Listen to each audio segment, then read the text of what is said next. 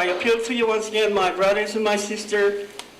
Let us do it together. We can do it. Hopeful that citizens from the Federated States of Micronesia will be a part of the solution and not the problem on Guam, FSM leaders have formed a committee that will come up with an action plan to address and minimize the crimes and violence committed by their citizens on Guam. FSM Association of Guam President Sam Ilisugam sits on the committee. We're going to work together to help our churches and nonprofit organizations that have not been organized legally and file their documents so that we can network and train us to begin to reverse the tide of the problem that we have contributed to the islands. Dozens of people attended last night's meeting that was called by FSM President Emmanuel Mori in light of recent events, including a triple homicide that occurred in Harmon last month, which involved members of rival Chuukese gangs.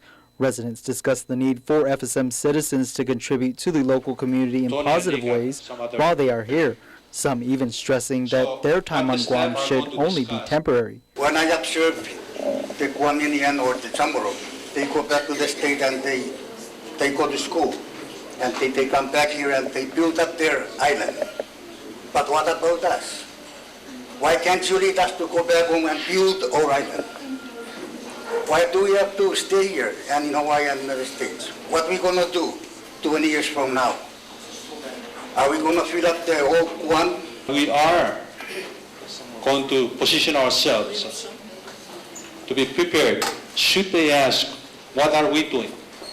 And that would also help the Department of Interior and the Department of States. We have to understand the bigger picture that there is a financial problem right now, everywhere. While the committee is looking at ways to curb criminal activity among FSM citizens, they're also particularly concerned with teen pregnancy and prostitution that's occurring. Former FSM Consul General of Guam, Gerson Jackson, reminded those who left their homes to come to the territory about why they came here. To leave, go to school, seek employment, and also seek medical and health services.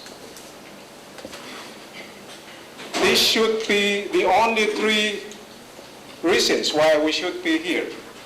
Otherwise, if you don't fall under these three categories, and you become like this, you call it, become wards and charges of the government.